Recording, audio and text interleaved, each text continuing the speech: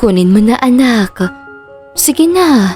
Pilit na inilagay ng ina ni James na si Sonia ang isang singsing sa palad ng anak. Galing pa sa great-grandmother mo yan. Ibigay mo yan sa babae magugustuhan mo at siguradong pakakasalan mo na, ha? Nakangiting dagdag pa nito. Patuloy naman ang binata sa pagmuya ng kunin ang singsing at itaas. Sinipat ng tingin ng ginto at manipis sa singsing na iyon mula sa sinag ng araw. Kilala ni James ang ina sa pagiging mapamahiin. Lahat ng paniniwala nito ay makaluma. Kapag binigay mo yan sa kanya, magsasama kayo habang buhay. Pumalakpak pa ang mama niyang tuwang-tuwa. Akmang bibitawan niya iyon sa ibabaw ng mesa para ipagpatuloy ang pagkain. Huwag mo nga basta bitawan lang yan. Hinampas ni Sonia ang braso ng anak. Itago mo yan at ingatan. Pagkatapos, ibigay mo sa babaeng gusto mong pakasalan. Napailing na lang siya nang muli itong ngumiti. Fine, Mama. Tamad na sagot ni James. Sumimsim ng kape bago tumayo. I have to go. Kailangan na ako sa kumpanya. Hinalikan niya sa pisngi ang ina bago umalis. Sakay si James sa kotse nang tumunog ang cellphone. Isinuot niya ang Bluetooth earphone. Hi, baby! Napangiti siya sa malambing na himig ng babae na sa kabilang linya. Rian? Anong Rian? It's Mitch! May iritang pagtatama nito. Kunwari siyang natawa para hindi mapansin ang pagkakamali niya. Oo nga pala. It's you, Mitch? Pagsakay ni James. Sino si Rian, ha? Ibang babae mo, no? May inis pa rin ang tinig nito. Hey, wala akong ibang babae. Ikaw lang. Tugon naman niya. Really? Yes. So, see you tonight sa Metromix? Alok nito na tinutukoy ay ang urban at modern bar na madalas silang tambayan pagkatapos ng trabaho. Of course. See you. Napangiti si James bago inalis ang earphone. Naalala niya ang sinabi ng kanyang ina at ang singsing na nasa bulsa. Sino kayang bibigyan ko sa kanila? Tanong niya sa sarili. Si Mitch? Si Rian? Sino pa bang pwede? Pilit niyang inaalala ang ilang babaeng nakasama niya sa bar at kahit anong isip ay wala siyang mapili. Si Samantha kaya? Si Jane? Kusang napahinto si James na umabot na ang pag-iisip sa sariling kumpanya. Napahinto lang siya ng tamaan na sapatos niya na basang map. Pasensya na po. Nakatungong wika ng janitress. Akmang susulyapan niya ito nang dumating ang sekretarya. Sir, good morning. Kanina pa po naghihintay si Mr. Ching sa office niyo. Alright. Dire-diretso siyang naglakad patungo sa opisina. Si Charlene naman ay nanatiling hawak ang map na sundan ng tingin ng CEO ng kumpanya. Charlene! Rinig niya ang pagtawag mula sa HR department. Nandiyan na po! Nagmamadali siya nagtungo roon, tulak-tulak ang cleaning trolley. Saan ka ba nagpupunta? Nandito yung dapat lampasuhin, no? Reklamo ng HR assistant na si Bianca habang hawak ang isang salamin at lipstick. Pupunasan na po, ma'am. Nagmamadali pero may ngiti niyang tinulak ang map sa natapon na kape sa sahig. Faster! Baka madulas pa kami diyan! Mando ni Bianca habang nakaupo sa ibabaw na mesa at nilalagyan ng lipstick ang labi. Kinuha ni Charlene ang tuyong basahan sa trolley. Bumaba para ipunas yon sa sahig. Buong lakas niyang kinuskos para hindi magmantsa ang kape na halos ikinahulog ng hibla ng kanyang nakataling buhok. Everyone! Natigilan sa pagpasok si James nang makita ang nakatalikod na janitress na naroon sa sahig. Kanya-kanyang pulasan ang mga empleyado ng HR department papunta sa sari-sariling mesa. Nagmamadali ring tumindig si Charlene. Mabilis na inilagay sa trolley ang map. Sa dali lang sinulyapan ng CEO ang dalaga bago nagbaling sa mga empleyado ng departamento. Hoy, Miss Janitress. Bumaling si Charlene sa mahinang pagtawag ngayon. Alis na. Hindi ka naman HR staff. Mahinang pagtataboy ni Bianca sa kanya habang nagtatago sa likod ng kasamahan. Opo, sagot naman niya. Nakayuko siyang dumaan sa likod ng CEO. Tulak-tulak ang malaking trolley. Nang makalabas ng babasaging pinto, ay nilinga pa niya ang nakatalikod na binatang may-ari ng kumpanya. Napangiti siya ng maliit na makita ang formal na tindig nito at marinig kung paano bigyan ng instruction ang mga empleyado. Inday! Nagising lang siya nang lapitan ng kasamahan at kapwa na janitress sa si Priya. Sino bang pinapanood mo riyan? Sinilip pa nito kung saan siya nakatunghay. Si Sir James pa? Bigla siyang kiniliti nito sa tagiliran kaya siya napatili ng kapiraso. Napalingon naman ang nakakunot noong CEO kaya nagmamadali niyang hinila paalis ang kaibigan. Bakit mo ginawa yun? Huminto sila sa supply room. Agad na isinarado ni Charlene ang pinto. Muntik na tayo. Paano kung narinig ka talaga ni Sir James kanina? Impit na boses na tanong niya. Oh, ano naman? Lahat naman ng babae rito sa kumpanya, pinagpapantasyahan si Sir James. Hindi lang ikaw. Casual na sagot ni Priya na hinuhubad ang suot na cleaning gloves. Iba ako. Anong iba ka? Janitress lang ako, sagot niya. Binalingan agad siya ng kaibigan. Ano naman kung janitress ka? Huwag mong inilalang ang trabaho ng isang janitress. Isipin mo, kung wala tayo, marumi ang buong building na to at hindi sila makakapagtrabaho ng maayos. At huwag kang ang megastar, ikaw kaya pambato ng utility department pagdating sa beauty. Nakangiting itinapat pa ni Priya ang palad sa ilalim ng kanyang baba. Kahit na CEO pa rin si Sir James, na hindi niya nga alam ang pangalan ko. Di sabihin mo, magpakilala ka, makipag-close ka. Malay mo, magustuhan ka niya. Napangiti siya ng maliit. Malabong mangyari yun. Kailan pa nagkalapit ang langit at lupa? Charlene, inakbayan siya ni Priya. Walang agwat ang ahamakin ng pag-ibig. Tandaan mo yan. Kung ikaw sapat na sa'yo natitikan ang likod ni Sir James, bahala ka diyan.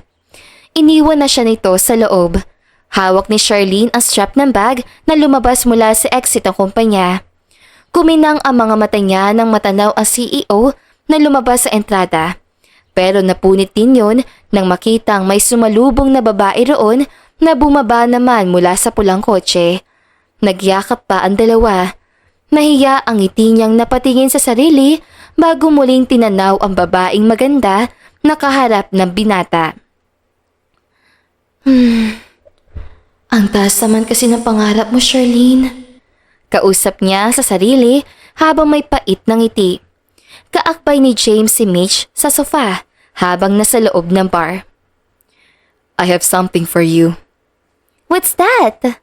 Lumayo ng kaunti si Mitch nang may dukutin siya sa bulsa. Sandali lang. Nagmamadaling kinapakapa niya pa ang bulsa pero hindi niya mahanap ang singsing na ibinigay ng ina. Ano ba yun, baby?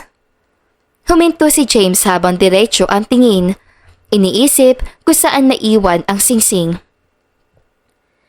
And who is this girl? Lumapit pa ang isang babae sa mesa nila. Gulat na napatingala ang binata. Naroon ang nangingit-ngit sa galit na si Rian. Ikaw ang sino? Tayo naman ni Mitch. Nagharap ang dalawang babae. Siya naman ay marahang tumindig. Dahan-dahang lumalakad paalis.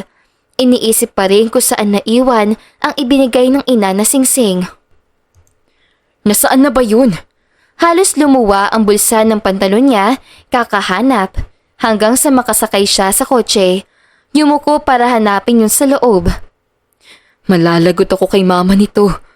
Nasaan na ba ang singsing na yun? Kausap ng binata sa sarili hanggang sa magulat pa sa tumunog na cellphone. Kabado si James sa makita sa screen ang pangalan ng ina. Bigla rin siyang pinagpawisan. Hi mama. Masayang bungad niya ng pilit na kumakalma. Himala, hindi kaya galit ngayon. Sambit ni Sonia sa kabilang linya.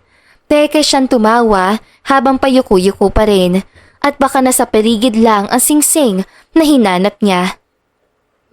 Bakit naman ako magagalit? Nakangiting hilaw na sagot niya na para ba siya nitong nakikita. Alam mo ba anak, na naginip ako noong nagsiesta ako. Tungkol saan po ang napanaginipan niyo? Interesado naman yung usisa. Tungkol sa singsing. Nawala mo raw. Napalunok si James sa narinig. Nasa'yo naman yun, hindi ba? Sabihin mo nga anak, napanaginip lang yun. Tila napipi naman ang binata. Hindi alam ang isasagot sa ina. Naputol na ba ang dila mo, James? Nasahimig na ni Sonia ang inis sa hindi kumikibong anak. Gustong magsalita ni James pero walang lumalabas sa bibig niya sa takot sa kanyang ina. Nakapanaginip din ako ng tubig anak. Problema ang ibig sabihin nun. Wala namang problema, hindi ba? Napapikit siya sa narinig. Jameson! Tawag ng ina. Nasa fiancé mo na ba ang singsing? Hindi ba? Oo naman, ma. Napipilitang sagot ng binata. Nasa kanya na. Huwag kayong mag-alala. Safe na safe ang singsing sa kanya. Rinig niya ang paghinga nito ng maluwag sa kabilang linya. Salamat naman. Sige na, magsasaboy lang ako ng asin sa paligid ng bahay natin para makontra ang bad energy. Bye-bye na. Yes, mama. Kasabay ng pagbaba ng cellphone ay ang paghinga ni James. Kailangan niyang mahanap ang singsing dahil kung ang kanyang ina ang nagbibigay buhay sa kanya, baka ito rin ang bumawi noon kapag nalamang nawala niya yun na parang bula. Naisip niya rin na baka bumangon ang great-grandmother niya at multuhin siya. Ramdam niya tuloy ang pagtaas sa mga balahibo sa batok. Nakasilip ang mga empleyado sa opisina ng CEO kinaumagahan. Naroon si James, tila may hinahanap sa bawat sulok. Ano bang nangyayari kay sir?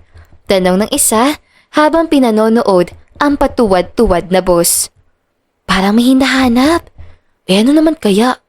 Sa pag-ikot ng CEO ay nakita niya ang mga paa ng empleyado.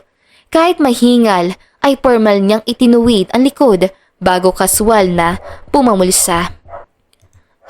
Hi sir! Sabay-sabay at alangambati ng mga ito. What are you all doing here?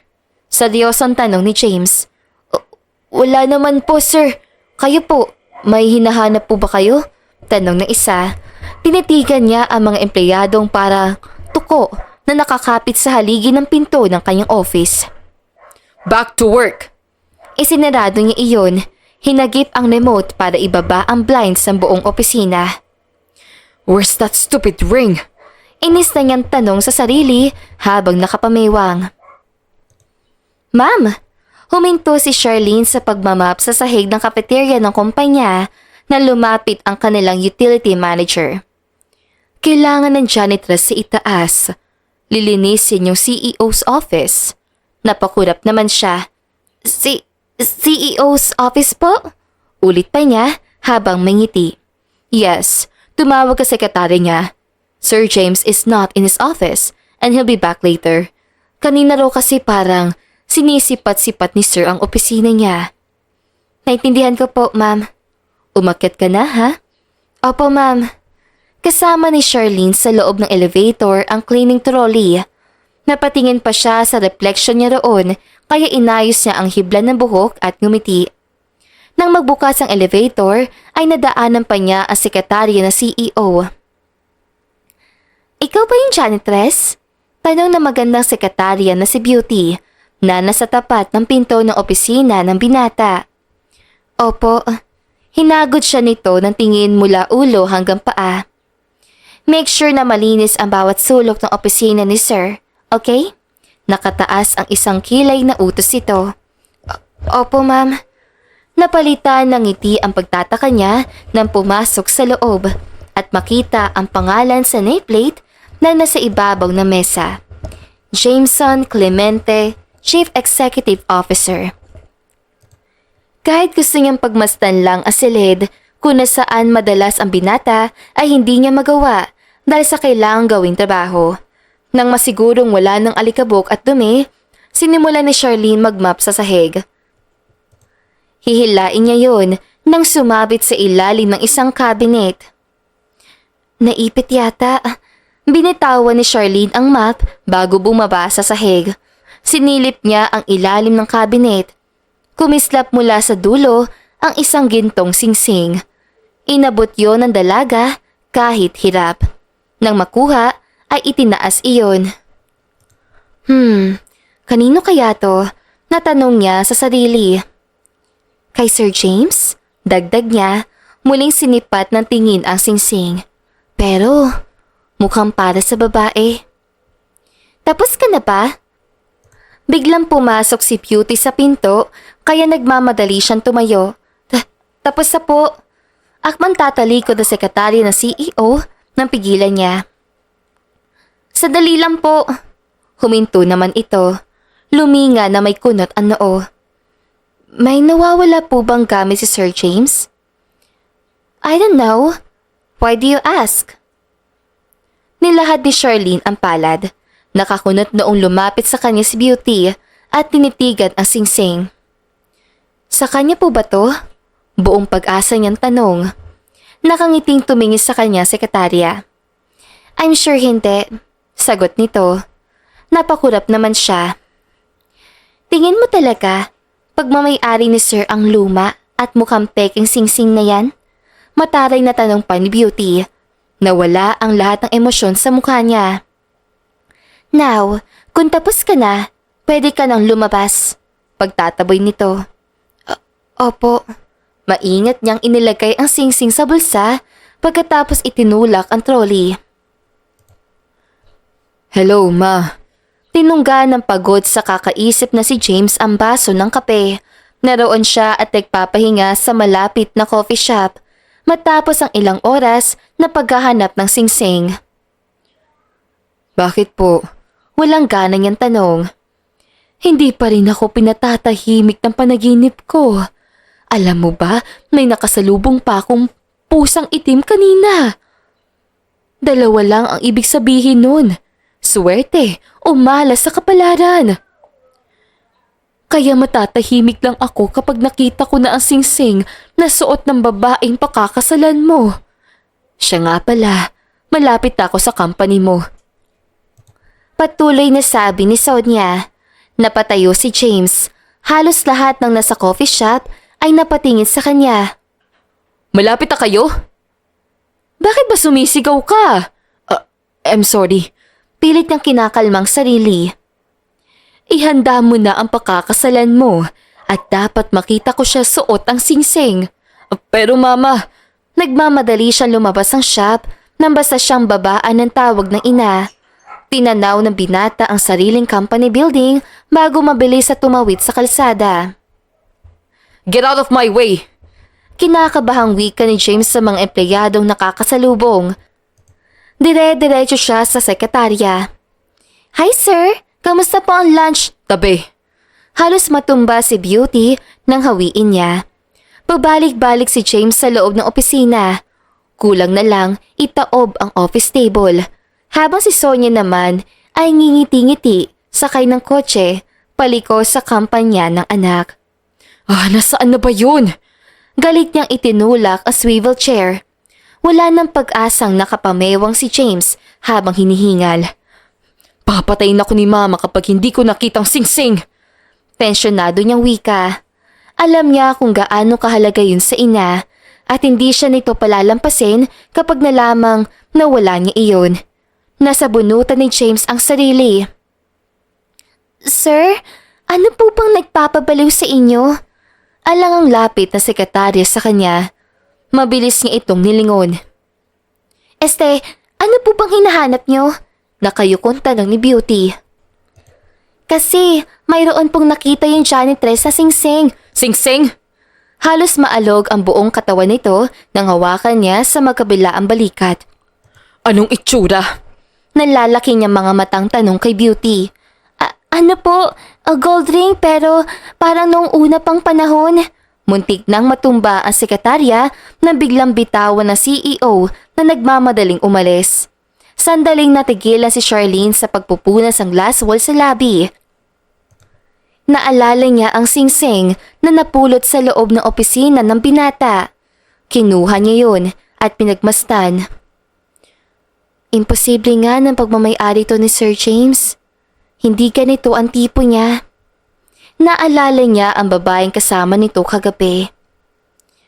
Ang gusto ni Sir, maganda. Sinulyapan niya ang singsing. Kaya hanggat wala pa naghanap sa'yo, akin ka na muna ha? Kausap niya rito. Isinuot yon sa palasingsingan. Napangiti siya dahil wala yung kagalaw-galaw doon at tila sadyang isinukat sa kanya. Mabilis din naglaho ang ngiti niyang iyon na may mapagtanto. Hindi pala pwede. Kailangan dalhin kita sa management office. Marahan niya yung inalis sa daliri.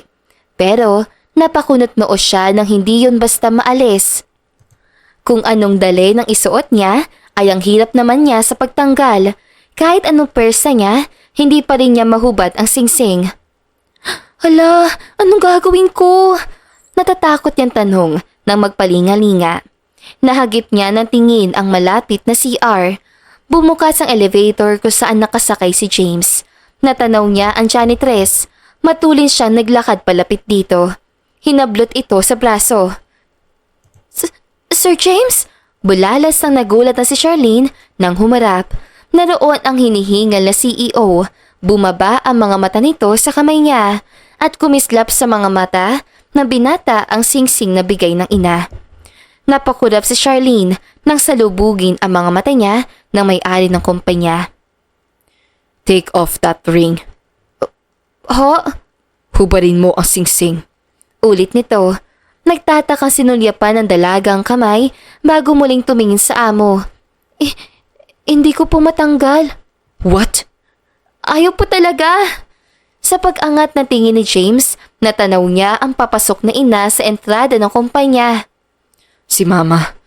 Napalingon si Charlene kung saan takot na nakatingin na CEO. Naramdaman niya ang mas mariin na pagkapit ito sa palapulsuhan niya. Subukan mo ulit. Bilis! Natataranta naman siyang tumalima. Hinugot niya sa daliri ang singsing pero halos hindi iyon matanggal. Akin na nga. Napatingin siya kay James nang hawakan ng kamay niya. Lumapit para hubarin ang singsing. Sandali Sir James!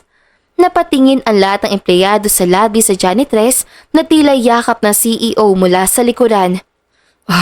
Bakit ba ayaw maalis ang singsing na to? Pulang-pula ang mukha ni James habang nagagalit ang ugat sa leeg. Nasa likod siya ng dalaga. Hawak ang braso nito para hugutin ang singsing. James! Napahinto sila sa alingaw-ngaw na boses na yun. Dahan-dang itinaas ng binata ang tingin. Naroon ng ina niyang nagtataka ang muka. What is happening? Impit na tanong nito. Nagkatingin na sila ng janitress. Napagtanto niya ang kanilang pwesto kaya mabilis siyang lumayo. Ma. Inayos si James ang suot na suit. Pigil ang hininga ng ngumiti. Sinulyapan ni Sonia si Charlene na hawak ang kamay habang nakayuko. Anong nangyayari? James, mariin na wika ng matanda sa anak na nasa janitress ang atensyon. Nasaan yung singsing? Dagdag pa nito. Mama, kasi po, nasaan ang singsing? Mariin na ulit ni Sonia. Nagulat si Charlene nang abutin ni James ang kamay niya. Nasa kanya po. Itinaas nito ang magkadapuan nilang palad. Kumislap naman ang singsing na suot niya. Ibig mo sabihin, siya ang...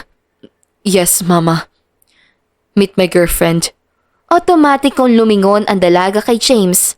Nagmamadaling bumaba ang tingin nito sa pangalan na nasa uniform ng janitress na kaharap. Charlene. Dagdag na CEO nang umiti pa sa kanya bago nagbaling sa ina. Siya ang sinuotan mo ng singsing? Ulit ni Sonia, itinuro ang naguguluhang dalaga. Anak, sigurado ka ba? Naglaho ang lahat ng emosyon sa mukha ni Charlene, buhat sa narinig.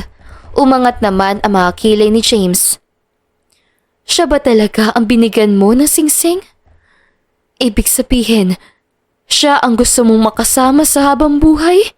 Patuloy ng ginang. Napangiti si James nang mabasang ayaw ng ina sa kakahawak kamay niyang babae. Kaya sigurado siyang hindi ito papayag na pakasalan niya ang janitress. Dahil doon, hindi siya mapipilitang magpakasal. Halika nga rito, Jameson. Hinila siya ng ina palayo.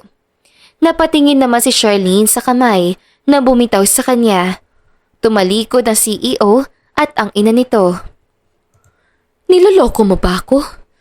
Sigurado ka ba na siya ang pakakasalan mo? Mahinang tanong ni Sonia. Of course, Mama. Nasa kanya ng singsing. Kung ayaw niyo kay Charlene, hindi ako magpapakasal.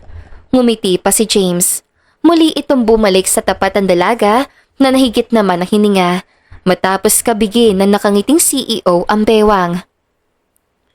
Magkita tayo mamaya. Bulong na binata sa tenga ni Charlene bago nakangiting lumayo at umalis. Napatingin ang dalaga kay Sonia na parang batang nakasimangot. Nagdadabog pa na sumunod sa anak. Pilit na sinasabon ng hingal na si Charlene ang kamay para maalis ang singsing na suot. Naroon siya sa comfort room na malapit sa lobby nang biglang bumukas na ang pinto. Inday! Hingal na hingal si Priya. Totoo bang kumakalat na balita? Ipinakilala kang girlfriend ni Sir James? Huminga siya ng malalim at seryosong itinaas ang kamay. Sinabi niya yon dahil dito. Pinakita niya ang singsing. Namangha namang hinawakan at tinitigan yun ng kaibigan. Napulot ko ang singsing na to. Tapos sinuot ko. Ngayon, ayan, hindi na maalis. Ang swerte mo naman, Day! Napakunot na ang dalaga. Swerte ang singsing sa'yo. Paanong swerte? Ni hindi ko nga maalis. Padabog na niyang ibinaba ang kamay. Excuse me? Magkasunod na lumingon sina Priya at Charlene. Sir James, sabay nilang bulalas. Let's talk. Bumaling ito sa kanya. Oh, usat daw kayo. Bilis! Halos itulak siya ng kinikilig na kaibigan. Napipilitan naman siyang sumunod. Sa rooftop ng kumpanya niya, naabutan ang nakatalikod na CEO. Isang malalim na hininga ang ginawa niya bago lumapit dito. Sir, humarap ito sa kanya. Charlene, right? Sinalubong niya ang magagandang mga mata ni James. Sinulyapan nito ang pangalan sa uniforme niya. Opo. Where's the ring? Nahihiya niyang itinaas ang kamay. Sir, aalisin ko naman po eh. Kaso lang ayaw talaga matanggal. It's okay. Putol nito sa kanya. Po? Suot mo na. Wala na tayo magagawa. Kahit para sa babaeng papakasalan ko ang singsing na yan. Awang naman ang labi ni Charlene sa narinig. Nagasing siya sa pagkatulala na matagpuang nakipagtitigan sa kanya ang gwapong CEO. Natatarantang iniwas niya ang tingin. Naku, pasensya na talaga, sir. Pero mauhubad ko rin naman to eh. Sandali lang. Gigil ang mukha niyang hinugot yon. You don't need to do that anymore. Naestatwa siya nang hawakan ni James ang kamay niya. Dahan-dahan siyang luminga rito.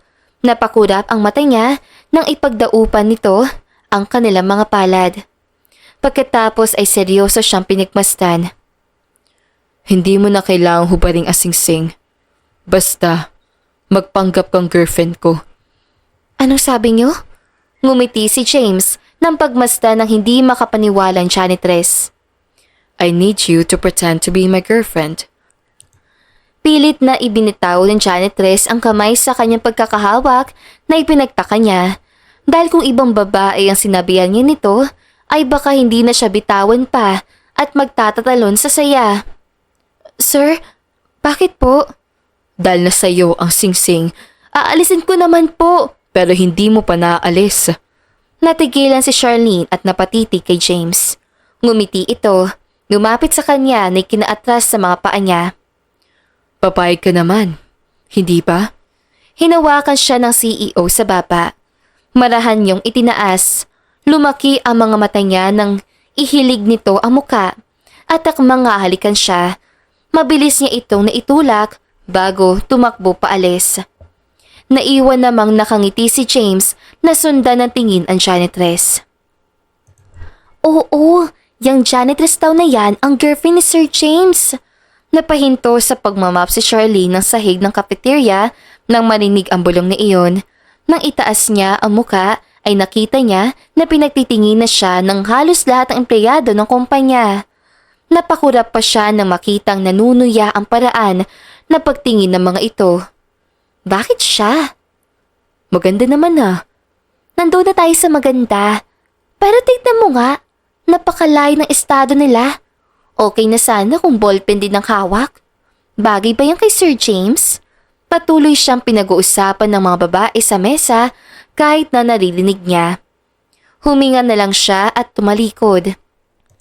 Sa pagharap ay nakabanggaan niya ang sekretarya na CEO na nahulog ang dalang food tray. What the hell? Hindi ka kasi tumitingin sa daan mo. Pasensya na po, ma'am. Nagmamadali niyang pinulot ang natapong pagkain. Huwag mong ganyanin ang janitress natin. Yan daw ang girlfriend ni Sir. Saad ng natawang si Bianca. Ito? Girlfriend ni Sir James? Sarcastikong tanong naman ni Beauty. Sa akin kayo maniwala. Ni hindi nga ito kilala ni Sir James. Seryosong tumayo si Charlene. Inabot ang food tray sa sekretarya. Anong gagawin ko ngayon dyan? Tingin mo kakainin ko pa yan? Napapikit siya nang ihagis ito sa mukha niya ang laman ng food tray. Umugong naman ang natutuwang bulungan. Umatras ang mga paa nang dumaan si James sa cafeteria. At napakunot noo siya nang makita si Charlene. Sinulyapan niya rin ang mga empleyado. Ibibili ko na lang po kayo ng bago. Sagot naman ng janitress kay Beauty. Akmang yuyuko para pulutin na naman ang nagkalat ng may pumigil sa kanya. Parang may anghel na dumaan na biglang matahimik ang buong cafeteria. Tumayo ang lahat ng naroon para bumati sa dumating na CEO. Anong meron dito? Seryosong tanong ni James. Sinulyapan ang janitress. Binalingan nito si Beauty. Naglalaro kayo? Hindi naman ito makasagot. Para kayong mga teenager. Patuloy na binata. Sir, it's her fault. Hindi siya nag-iingat. At, totoo po ba sinasabi nila na girlfriend niyo yung janitress na yan? Yes, Charlene is my girlfriend. At ano naman ngayon sa iyo? Napayuko ang sekretarya sa pagkapahiya. You shouldn't be treating utility workers like this. Most especially, since she's my girlfriend. Sir, mahinang awat ni Charlene. Pilit na bumitaw sa kamay ni James pero masumigpit lang iyon. I'll inform the HR department about this incident. And if this happens again to her or to anyone else, I will take disciplinary measures. Understand? Tanong niya pa sa sekretarya. Yes, sir. Let's go. Hinila siya ng CEO palabas. Teka, saan po ba tayo pupunta?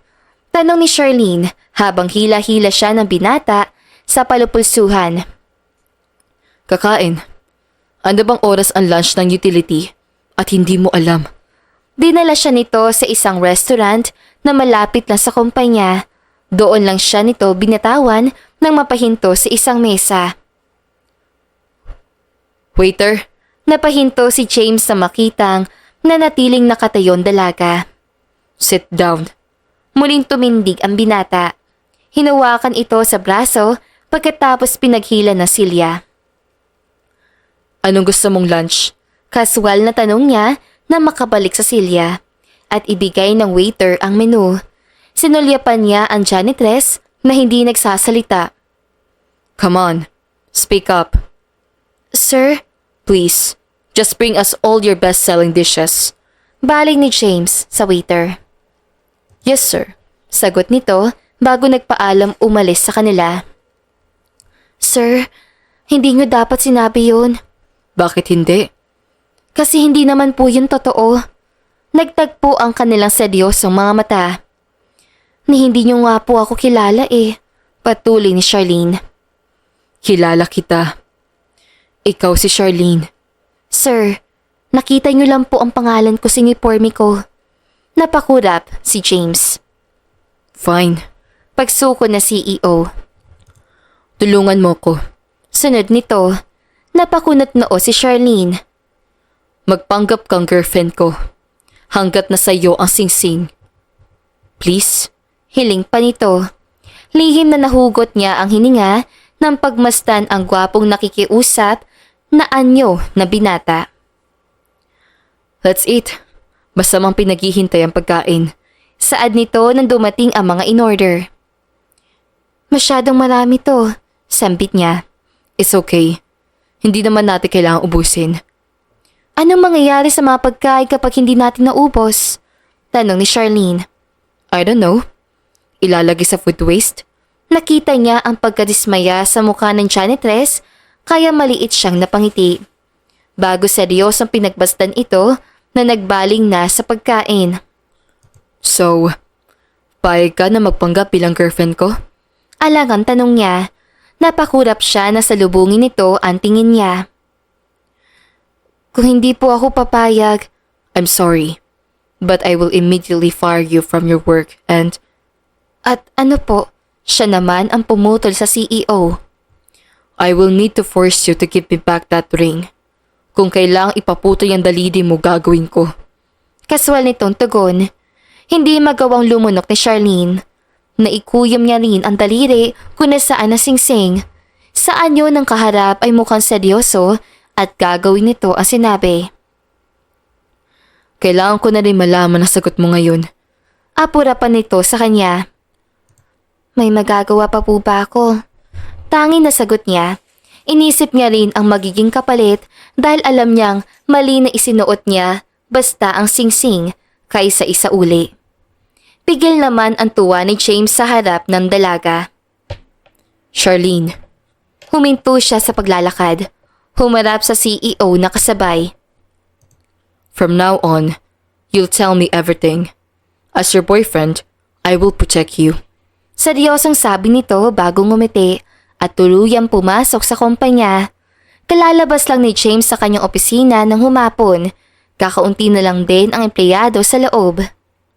Sir, uuwi na po ba kayo? Nahihiyang tanong ni Beauty. Obviously. Sir, pasensya na po ulit sa nangyari. Kay Charlene ka dapat pag-apologize. Hindi sa akin. Seryosong sagot niya at tumalikod. Naiwan namang nakasimangot ang sekretarya. Bumagal ang lakad na CEO nang matanaw sa hallway ang janitress na matyagang nagpupunas ng salamin na bintana. Sandali pa nitong pinunasan ang pawis sa puting bimpong na sa balikat. Sinilip niya ang suot na relo habang nag-aarko ang mga kilay. Sir, you're still here. May kailangan pa kayo? Naabutan siya ni Beauty sa hallway. Anong oras ang out ng utility? 6 p.m. po. Muli niya sinulyapan sa malayo si Charlene. Sabay na po tayo, sir. You can go. Okay po.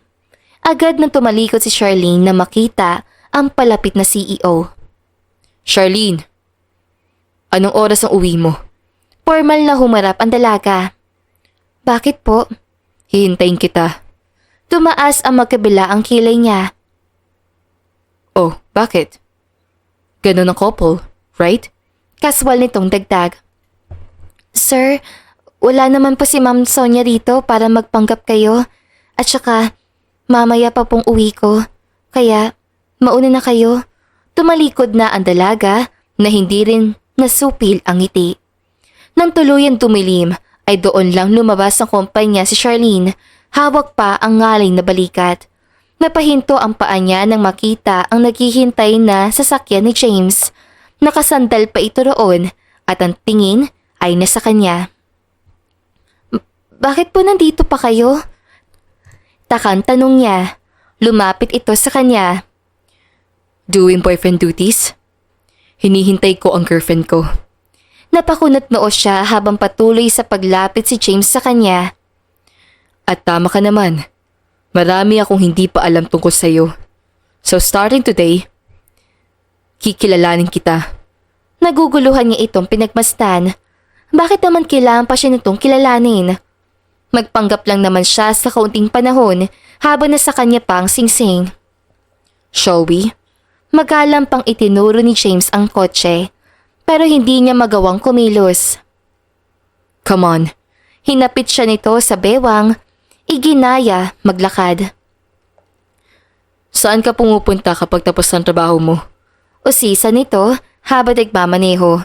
Siya naman ay nasa katabing upuan. Uuwi na po. Saan pa ba ako pupunta? Sinulya pa na CEO ang dalaga. That's your everyday routine? Opo, wala sa loob na sagot ni Charlene. Napaisip naman si James. Iba yon sa pandinig niya. Siya at karamihan ng empleyado ng kumpanya ay nagpupunta sa bar para magsaya paggaling sa nakakapagod na trabaho. Hindi ka man lang ba pumupunta sa mall or sa bar?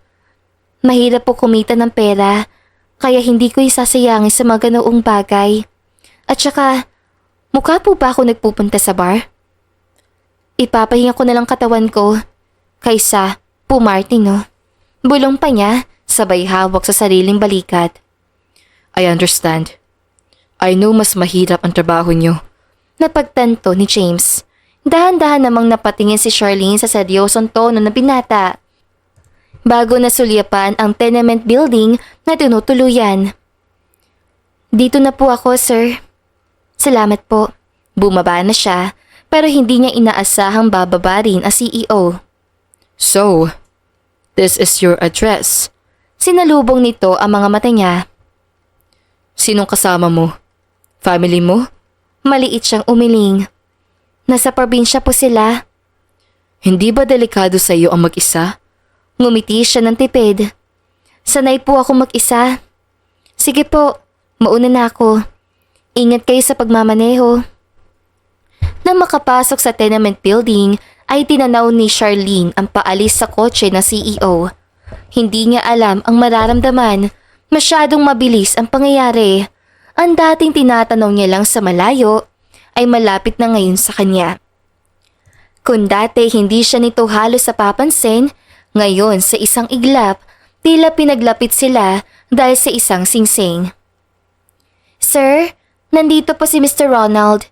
Pagbibigay alam ni Beauty nang kumatok sa pinto na CEO. Let him in. Sagot naman ni James.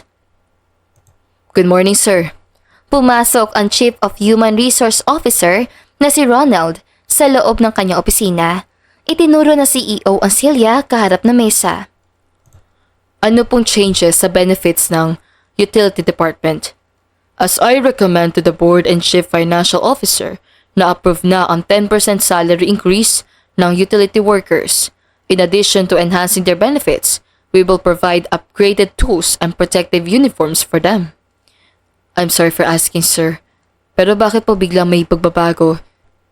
Specifically sa department na yun. Takang tanong ng kaharap. Ibinaba niya ang hawak na dokumento. We've been reviewing our compensation and benefits, and I believe it's time to reward our hardworking team to ensure our utility workers feel valued and appreciated. I understand, sir. Napasandal sa kinuupuan si James at naalalang dalaga. Iyon, Charlene, sa kurtina. Maalikabok pa. Sandali lang po, ma'am. Nakatayo sa ibabaw na silya si Charlene, pilit na inaabot ng hawak na wiper ang dulo ng glass wall sa finance department. Tumingkayad siya nang maramdaman ang paggalaw ng kinatatayuan. Lumaki ang mga mata niya na mapagtantong mauhulog siya. Ipinikit na lang niya na mariin ang mga mata nang marinig ang tilin ng mga empleyado. Pero nakapagtatakang hindi niya maramdaman ang pagbagsak, kaya dahan-dahan siyang nagmulat. Sir James? Are you okay? Tanong nito habang buhat siya. Tila isang superhero kung paano siya iniligtas. Ayos ka lang ba? Ulit na CEO na halatang kinakabahan din ng anyo. Maliit na tumango ang dalaga. Maingat naman siya nitong binaba. Seryosang tinignan ni James ang mga empleyado ng finance department. Yumuko naman ang lahat. Sinulyapan niya ang glass wall. Ano bang kailangan linisin dyan? Give me that. Kinuha nito ang hawak na wiper ni Charlene bago sinulyapan ang mga empleyado at tumakyat sa sila. Sir James, trabaho ko po yan. Agad na hinawakan niya ang upuan kung saan ito nakatayo. Nang bumaba, ay hinarap na CEO ang mga empleyado. May papagawa pa ba kayo? Wala na po, sir. Nakayukong sagot ang lahat. Tinignan ni James ang dalaga. Let's go. You're done here. Hinawakan niya sa kamay si Charlene. Hinila paalis. Sandali, sir. Sa rooftop siya dinala ng binata. Tingin mo ba mababayaran ng kumpanya ang buhay mo? Ho? Paano kapag nahulog ka doon? Tapos magka-head injury ka? Talagang ipagpapalit mo ang buhay mo? Sa sulok ng alikabok na yon? Natigilan si James sa pagsasermon na makita ang nakakurbang ngiti sa kaharap. What's funny? Ngayon ko lang nalaman na ang CEO pala ng Clemente Corporation takot sa pagbabayad ng death benefits. Huwag mo nga sabihin yan. Napaatras ang mukha ni Charlene nang tuptupin nito ang labi niya. Nagtatakang tinignan niya ang inis sa mukha nito. Sa tingin mo tungkol to sa pera? It's about your life, Charlene. Pagtatama ni James.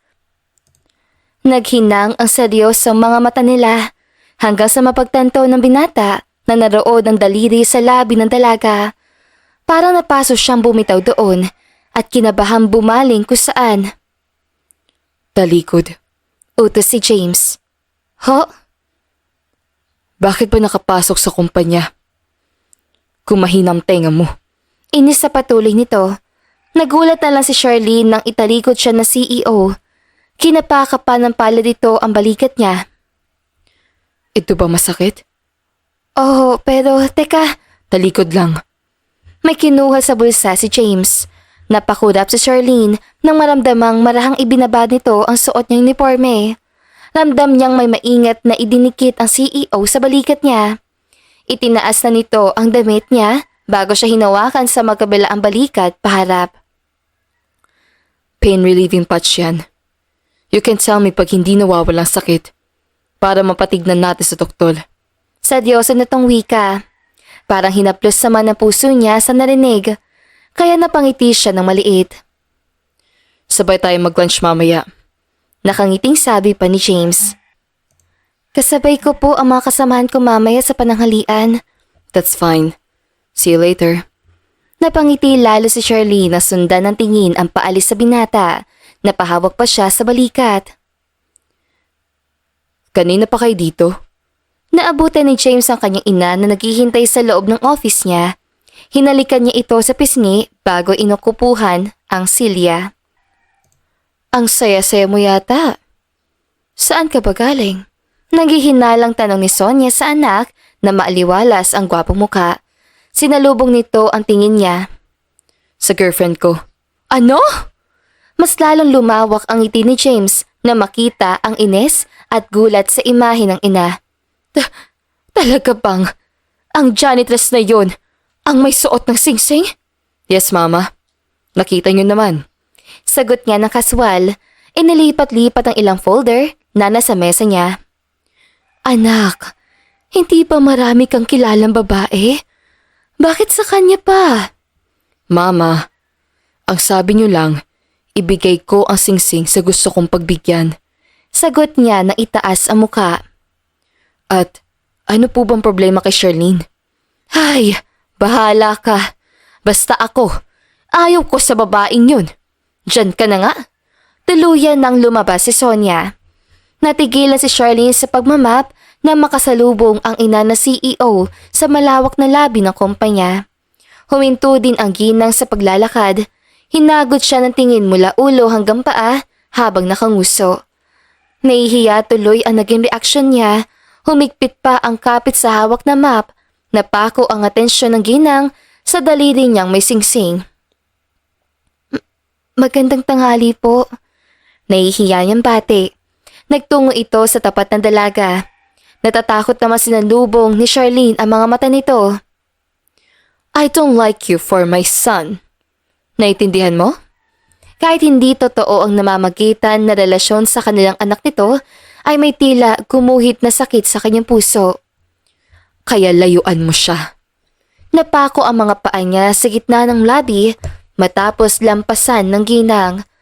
Napakurap lang ang dalaga nang pumatak ang luha na agad ding pinunasan.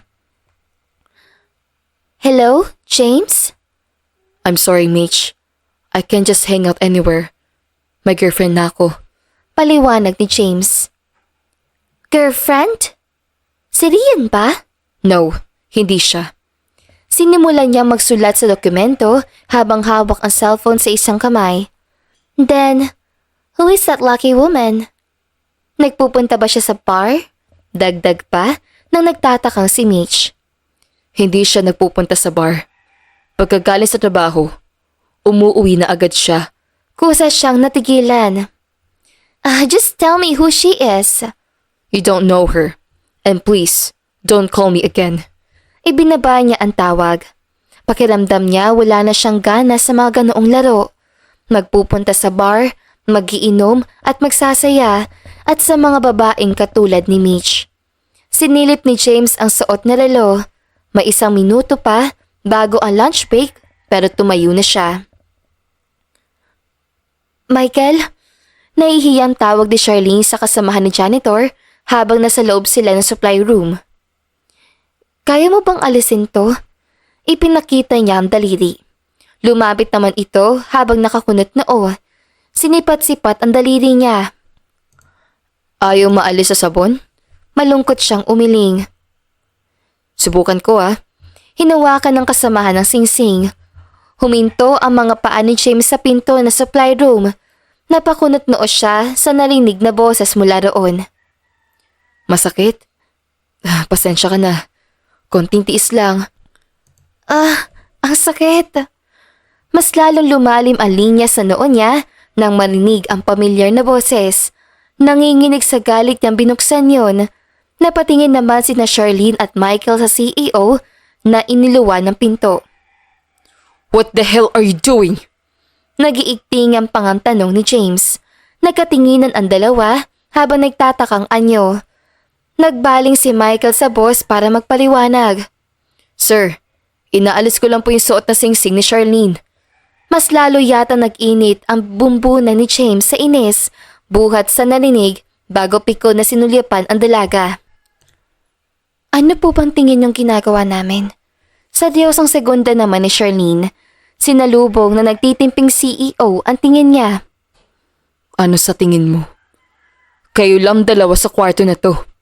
Tapos ano? Awat sa kanya ng buwisit na rin na si Charlene. Walang nagawa si James kundi mapabuntong hininga. Hiningi ko po ang tulong ni Michael para maalis tong singsing. Parang maliit na karayom na tumusok yon sa puso ng binata. Tapos kayo, ang dumi niyong mag-isip. Patuloy nito. Marumi ang utak ko? Ganoon ba, Charlene? Dagdag niya. Galit na naghinang ang mga mata nila. In case you forgot, you're my girlfriend.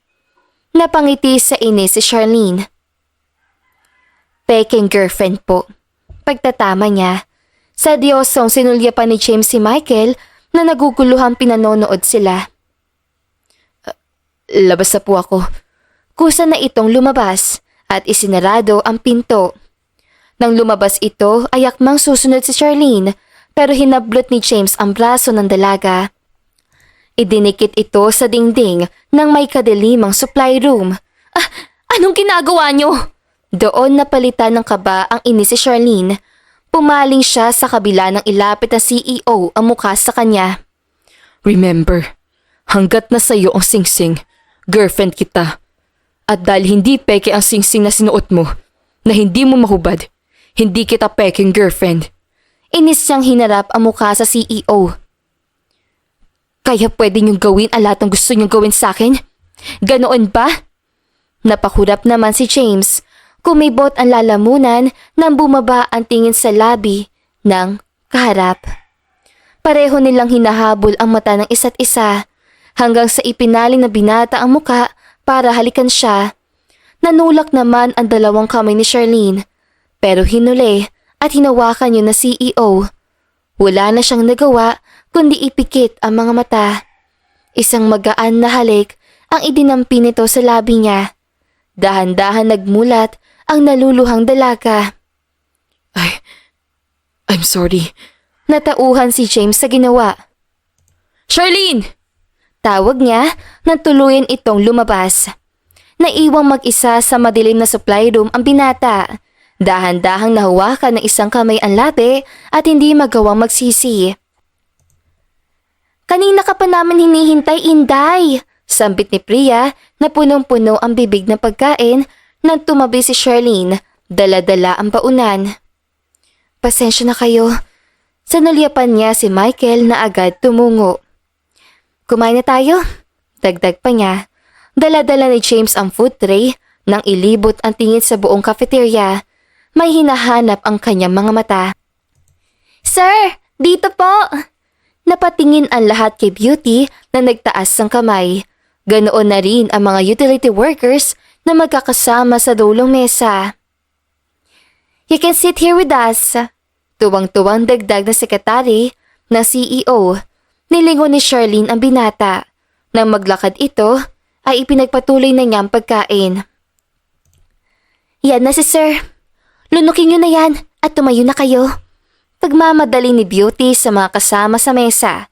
Dire-diretso si James hanggang sa lumampas sa pwesto na sekretaryang nadismaya ang anyo. Napatingala si Charlene nang umupo sa tabi niya si James. Akmang tatayo ang mga janitor at janitress. Kumain lang kayo. Magaan na utos ang CEO.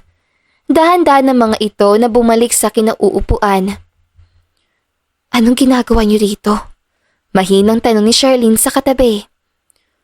Nakalimutan mo na agad? Maliit siyang kumunot noo.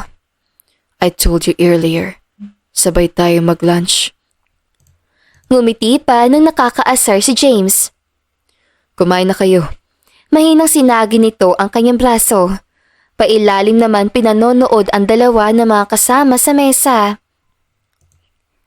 Sir, salamat po sa bagong binabang memo. Nakangiting saad ni Priya. Memo? Ulit naman ni Charlene. Oo, hindi mo pa ba alam, Day? Tumaas ang sahod natin. Mas magandang benefits at mas magagandang cleaning equipment. Natutuwang paliwanag ng kaibigan. Marahan niyang binaling ang tingin kay James na kaswal na kumakain. You all deserve it. Kung tutuusin, mas mahirap ang trabaho niyo. You make sure our working place is clean. Tanda rin niyo ng pasasalamat ang kumpanya sa dedikasyon ninyo. Formal na paliwanag nito. Naantig naman si Charlene sa narinig na pagmamalasakit ang CEO sa katulad nila. Hanggang sa masalubong ni James ang tingin ng dalaga. Oh, bakit ganyan ang tingin mo? Huwag mong isipin na ginawa ko yun para sa'yo. Huwag kang feeling. Guilty na pauna nito. Wala naman po ko sinabi. Sagot agad niya at lihim na ngumiti ng pagmasdan ang binata. Charlene. Seryosang tawag ni James nang tumayo matapos kumain. Tumingila naman ang dalaga. Sabay tayo umuwi mamaya. Walang alinlang sabi nito. Automatikong napatingin si Charlene sa tumiling si Priya. Ikaw na talagang pinagpala, Day! Kinikilig ito sumandal kay Michael na agad na sambit nito. Nahihiya niyang binalikan ng tingin na CEO. May pupuntahan pa po kasi ako. Naalala rin ni James ang importanteng meeting na kailangan puntahan. I understand. I'll see you tomorrow then. Opo, sir. Mauna na ako. Paalam nito, nakangiting naglakad ang CEO. Ikaw, Inday, ha? Binangga ni Priya sa balikat si Charlene. Ang bilis niyo maging close si Sir James. Parang noong nakaraan. May palangit at lupa ka pa. Nakangiting patuloy nito. Maliit siyang napangiti. Oo, marahil peke siyang nagpapanggap na nobyo nito. Pero hindi naman mapepeke ang tuwa sa puso niya. Kaya bago pa man tuluyang maniwala ang puso niya sa nararamdaman, parang tunay ang lahat. Kailangan na niyang gumawa ng paraan dahil ayaw niyang managinip ng gising. Maalis niyo po ba kaya to? Ipinakita ni Charlene ng kamay sa nagpapanday na may pwesto sa palengke. Sinipat-sipat yun ng tingin na may edad na lalaki. Kailangan natin ng kagamitan dyan. Saad ng magpapanday. Masisira po bang singsing? Hindi. Hindi naman tayo gagamit ng init. Ipapaalis mo na ba? Tanong nito na ikinatigil niya nang maalala ang CEO. Inilapit sa kanya ng may edad ang plastic na silya. Dahan-dahan naman siyang umupo roon. Tapos na. Napatingin si Charlene sa kamay at wala na nga roon ang singsing.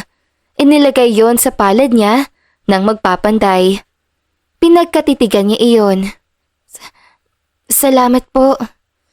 Na makapagbayad at maglakad ay pinagmasdan niya ang palasingsingan. Ngayon na wala na sa kanyang singsing, hindi na niya kailangan magpanggap pa ng nobya ng binata. Napangiti siya ng mapait. Malayo na siya, pero hindi naman niya maramdaman ang saya sa puso niya. Ma'am Sonia? Natanong niya nang matanaw ang matanda sa isang tabi. Kinakampayan nito ang kotse na nasa kabilang kalsada, pero may parating na motor sa direksyon nito. Ma'am Sonia! Tawag atensyon niya sa ginang, inilagay niya sa bagang singsing bago tumakbo.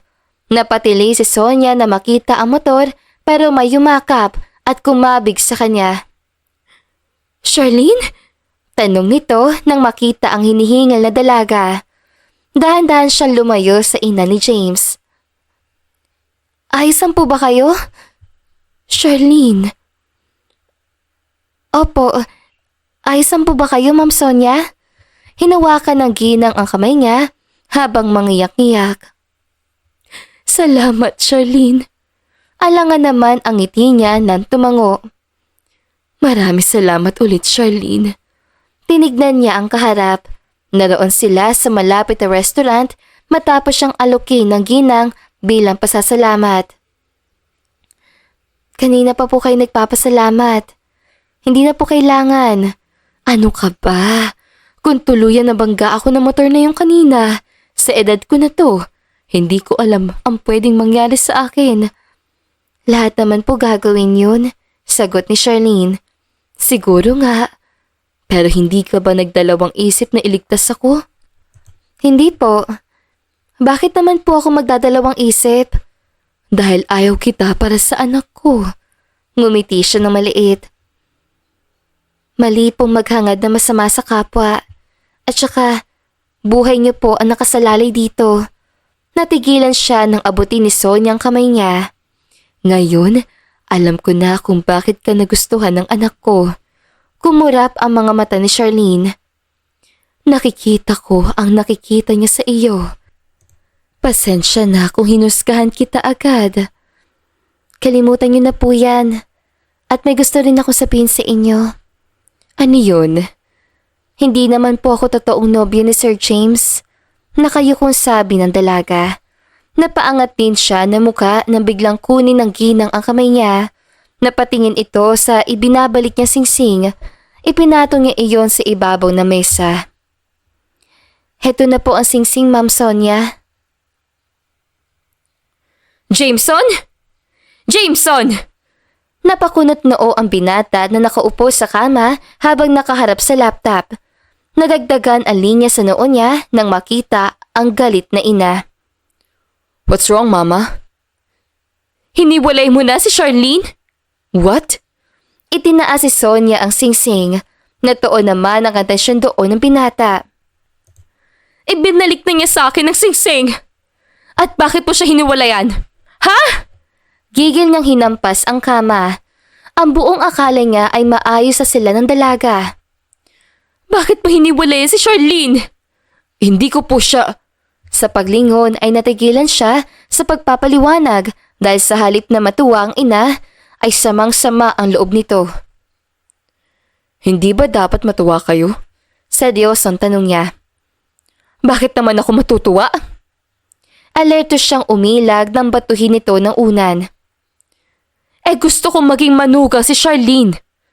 Alam mo bang iniligtas niya ang buhay ko? What do you mean? Muntik na ako mabangga ng motor kanina at hindi niya ako pinabayaan.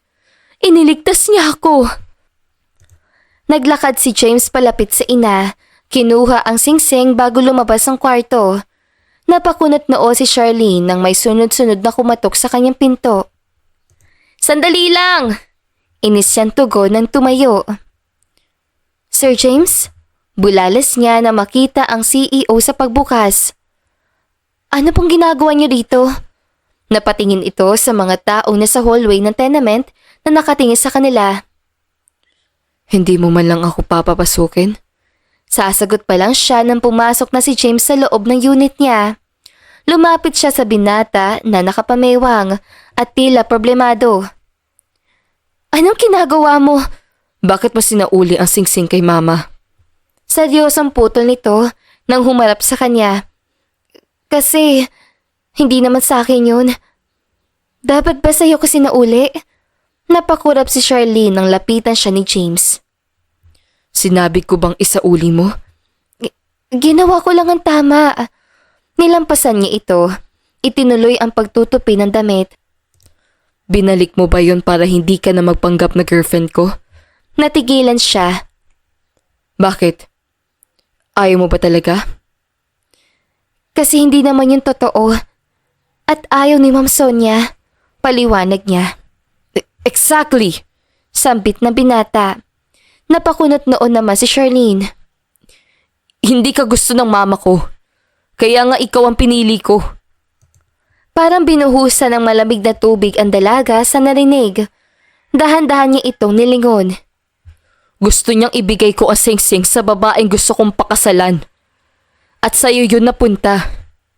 Ikaw ang pinakilala ko kasi alam ko hindi siya papayag. Napangiti siya ng mapait. Tama rin ang naging desisyon niyang ipatanggal ng singsing dahil ngayon nasagot ang tanong niya. Iniwas niya ang mga matang nag-uulap. Natahimik naman si James. Charlene. Sambit ng nahimasmasan na binata. Akmang lalapit. Umalis ka na. I'm sorry. Huwag kang mag-alala. Hindi ko na isusuot ang singsing na yan. Dahil hindi ko rin gugustuhin hindi na yung mahubad sa akin. Seryosong sagot niya habang pigil ang luha. Umalis na kayo, Sir James. Magpapahinga na ako. Tumalikod na siya. Pinagmasdan ni James ang hawak sa palad na singsing. Bagsak ang balikat niya nang lumabas. Mali ang naging paliwanag niya. Malungkot niyang tinignan ang nakasaradong pinto. Paano ba niya maipapaliwanag ang dahilan kung bakit gusto niyang ibalik ang singsing sa dalaga? Marahan ang pagmamap ang nakayukong si Charlene sa labi ng kumpanya kinaumagahan ng may humakbang. Pasensya, hindi na niya naituloy ang sasabihin. Nang sa pag-angat ng tingin ay makita ang nakatayong CEO. Nagkatitikan sila. Una siyang umiwas. Pasensya na po, sir. Hindi sumagot si James at dire-diretso siyang nilampasan.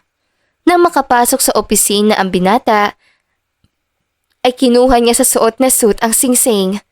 Habang pinagmasdan yun ay si Charlene lang ang naiisip niya. Charlene?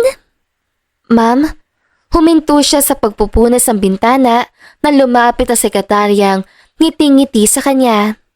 Charlene, makikisuyo. Kailangan ng utility sa CEO's office. pakiusap nito na nakakapanibago.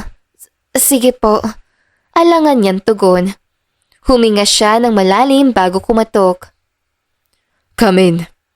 Kakaiba agad ang pitik ng puso niya nang marinig ang boses ni James. Binuksan niya ang pinto at pumasok sa loob. Sir, ano pong papalinis niyo? Formal niyang tanong na magtama ang mata nila. Itinuro nito ang receiving area ng opisina. Sir, okay lang po ba? Gagamit ako ng vacuum cleaner para sa carpet niyo. Medyo maingay po yun. Maaabala kayo. No, don't worry. I'll stay here and I'll be watching you. Kumurap ang mata ng dalaga. I mean, I'll watch you clean my space. Bawi ni James. Kunwaring tumungo sa mga dokumentong nasa ibabaw ang mesa. Sinimulan na ni Charlene ang trabaho. Lihim naman ang sulyap na CEO rito. Tapos na po. Saad ang janitress nang malinis ang buong opisina. You're not. Nagtaka ang mukha ni Charlene. Umikot ang swivel chair ni James at pumaling sa cabinet na nasa likuran. Gamit ang hintuturo ay pinunas ito yun sa ibabaw. I can see dust over here. Humarap ito nang itaas ang daliri. Lumapit ang janitress doon. Nag-alangan pa siya dahil nasa likuran niya lang ang CEO. Habang pinupunasan yun ni Charlene ay tumama ang paa niya sa paa na swivel chair. Akma siyang mawawala ng balanse pero naroon si James.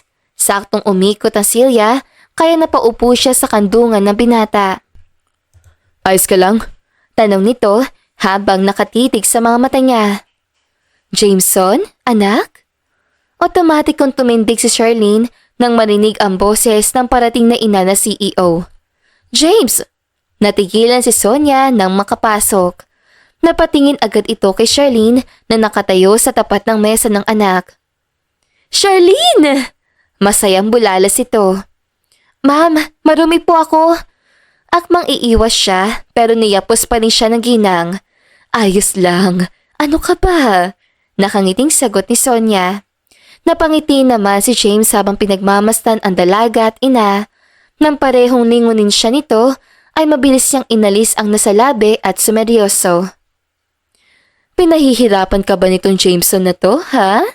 Tanong ni Sonia kay Charlene. Bakit ako, mama? Baka gumaganti ka dahil nakipaghiwalay na sa iyo tong si Charlene. Excuse me? Masaya nga po ako na siya na mismo nakipaghiwalay. Labas sa ilong na sagot nito. Talaga lang ha? Halika Charlene, maipapakilala ako sa iyo. Po? Wala nang nagawa si Charlene nang hilahin siya sa kamay ng ginang palabas ng opisina ng CEO. Nakataas naman ang pang-upo ni James na sundan ng tingin ng ina at dalaga. I want you to meet Angelo. This is Charlene, Angelo. Kaharap nila ang isang lalaki. Nagulat pa siya nang iabot pa mismo ni Sonia ang kamay niya sa estanghero. Hi. Nice to meet you, Charlene. Ganoon din po ako. Nahihiyang sagot niya. What's happening here? Agad na itinulak ni Sonia si Charlene kay Angelo na makalapit si James. Napakunot noo ang CEO. Anong ginagawa ni Angelo dito? Pagtukoy niya sa pinsan. Angelo is here to court Charlene. Nakangiting sagot ng ina. What? Violenteng reaksyon niya. Dahil pinsan mo si Angelo, pwede kong ibigay sa kanya ang singsing para ibigay naman niya kay Charlene. Great idea! Hindi ba anak? Pumalakpak pa ang ina. Mama. Sige na Angelo at Charlene, mag-usap na kayo. Itinalikod na nito ang dalawa.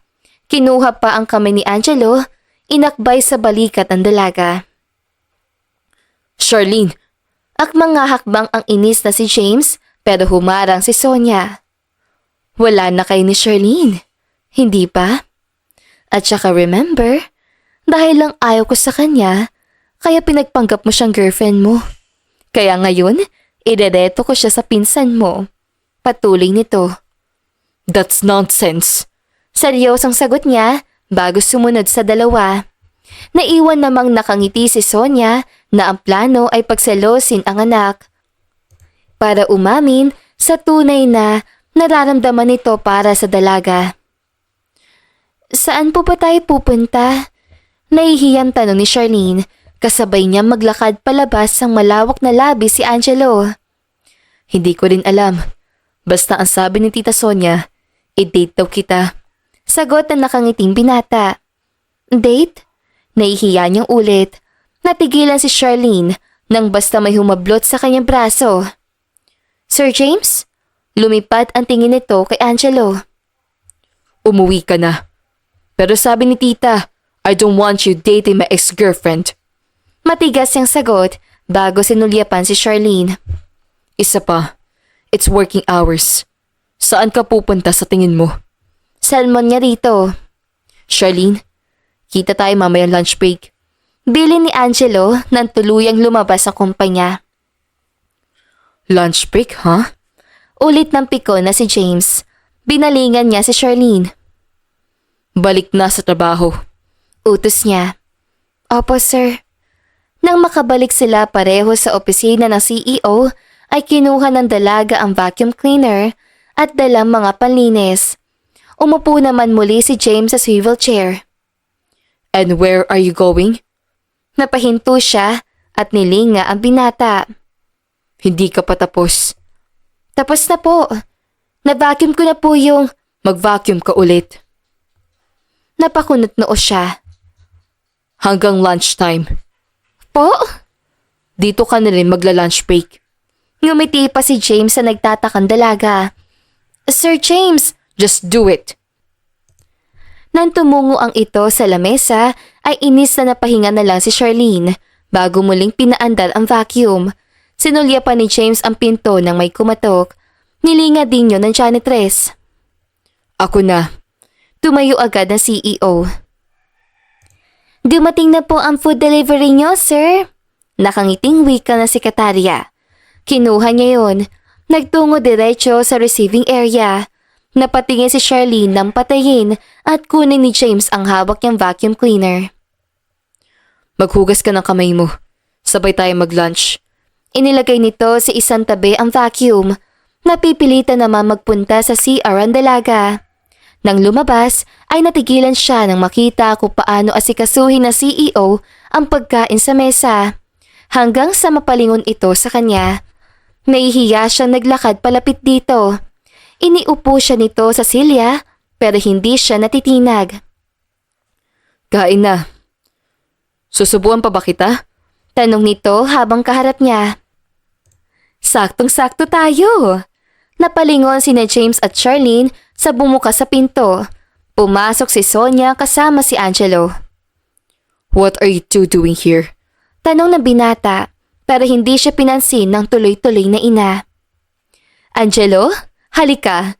Sumabay na tayo sa kanila mag-lunch. Nakangiting alok nito. Sa kasunod na si Angelo. Dinala ng ginang ang pamangkin sa tabi ni Charlene na ikinainis ang mukha ni James. What?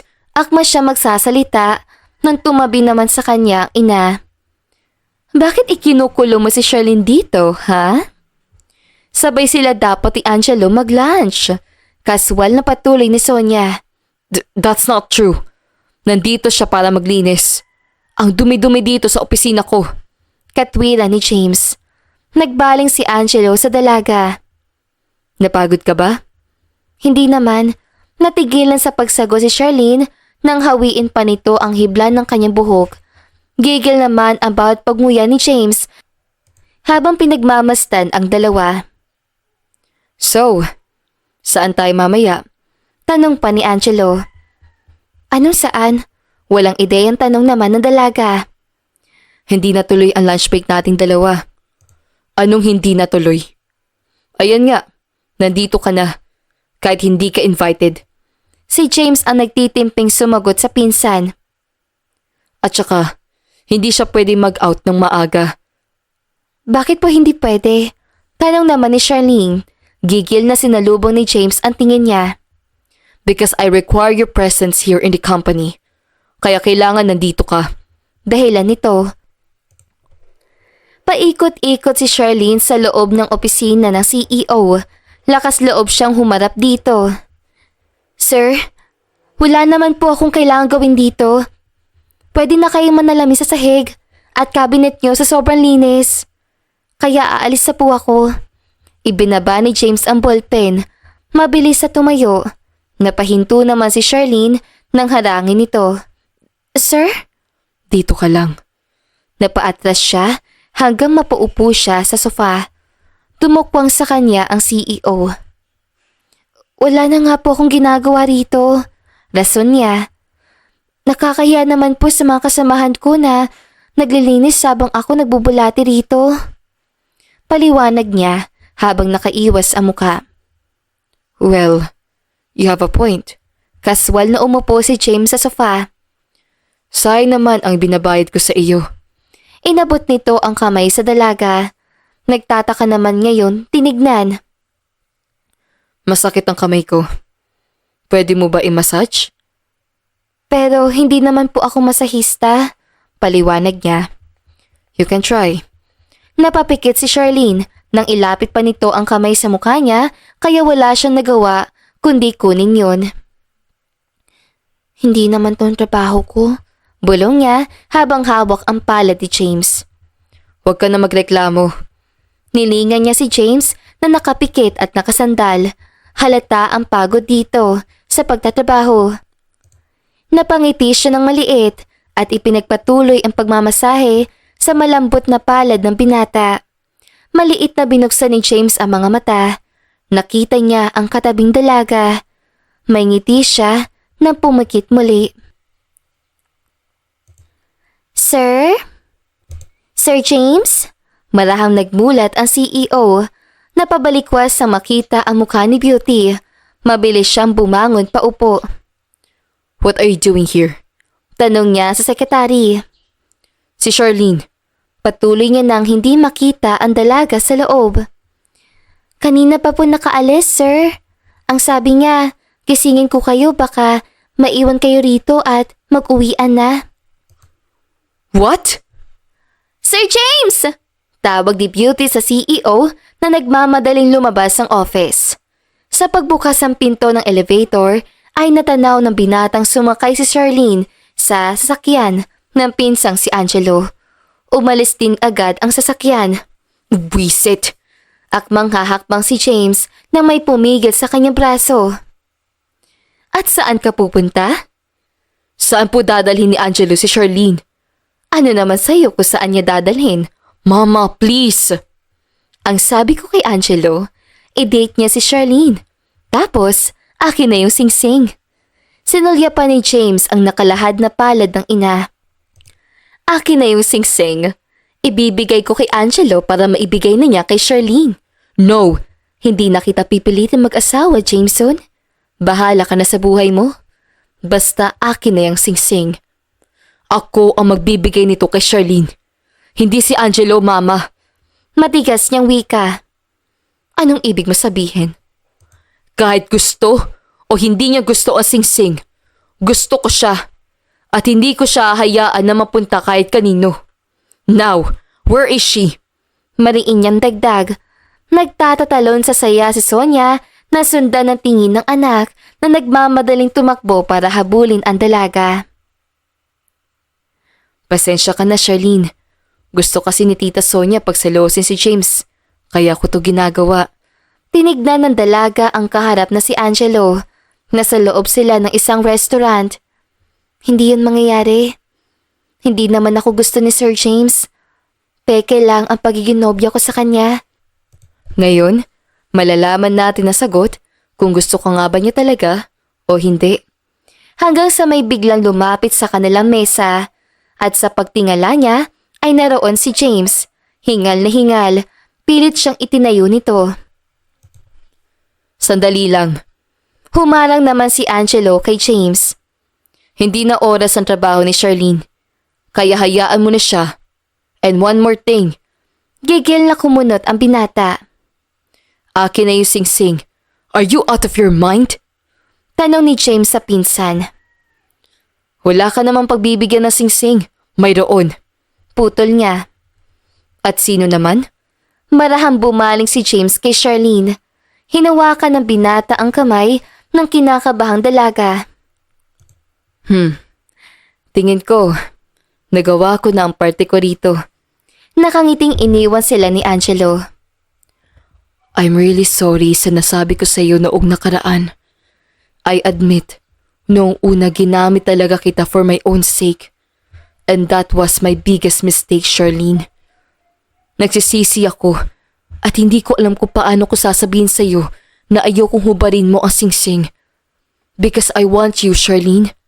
This time, I won't use you. If you will give me a chance, mamahalin kita ng tapat at tunay. Puno ng sinseridad na sabi ng binata. Nakita niya ang panginginig ng kamay ni James na kinuha mula sa bulsa ang singsing. At nang mailabas iyon, ay muli nitong sinalubong ang mga mata niyang nanunubig. Ang sabi ni Mama, ibigay ko raw ang singsing na to sa babaeng gusto kong pakasalan. Now, I'm giving you this ring because I want to marry you. Sinulyapan ng may mga luhang si Charlene ang singsing. Bakit ako? Bakit ako ang gusto mong pakasalan? Dagdag niya. Cause you're one of a kind, Charlene. One thing that I know now, ikaw ang gusto ko. Ang gusto kong makasama sa habang buhay. Ako ba? Sa maikling panahon na nakasama mo ko, did you ever feel anything special for me? Ngumiti ng may luha si Charlene. Hinawakan niya ang pisngi ni James. Ang tagal kitang tinitignan lang sa malayo. Ni hindi ako umasa na makikita mo. Pero ngayon, nandito ka sa harap ko at sinasabing gusto mo ko. Tugon niya. Magkabilang pisngi na ni James ang sinapod nang umiiyak sa sayang si Charlene. Gustong gusto kita. Dati pa, James. Niyakap siya ng tuwang-tuwang binata. Pagkatapos ay muling humarap at hinawakan ang kamay niya. This time, sisiguraduhin ko na wala ng dahilan para hubarin mo to. Paniniguro ni James. Nakangiti naman siyang tumango. Marahang isinuot nito ang singsing sa palasingsingan niya. Pagkatapos, inilapit ang mukha sa kanya. I promise, I will love you with all of my heart, Charlene. Inabot ng binata ang labi niya. Ipinikit naman ni Charlene ang mga mata. Inawang alabe para tanggapin ang halik at wala yung pinagkaiba sa halik na binigay nito noong unang beses, noong nasa supply room sila. Espesyal pa rin yun at walang pinagkaiba. Nahatid ay pag-ibig sa puso niya. Oh, edi umamin ka rin. Napatingin silang dalawa sa inang palapit na may ngiti sa labi. Alam ko na gusto mo na si Charlene, kaya gumawa ako ng paraan para maamin mo yun sa sarili mo, saad ni Sonia. Napangiti si James. Charlene? Inabot ng ginang ang kamay ng dalaga. Salamat, at hindi lang ako ang binigyan mo ng pagkakataon, ganoon na rin ang anak ko. Makalipas lang ang buwan ay pinlano na ng dalawang kasal. Kasama ni Charlene si Sonia na parang tunay niyang ina. Habang si James ay hindi sinayang pagkakataon na ibinigay niya. Araw-araw siya nitong minamahal.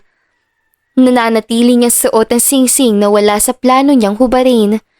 Dahil ang singsing na ito ang nagdala at naglapit sa kanya sa lalaking hindi niya inakalang siya ay mamahalin.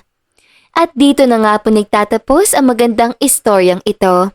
Don't forget to like, share, and subscribe. Hanggang sa muli, paalam!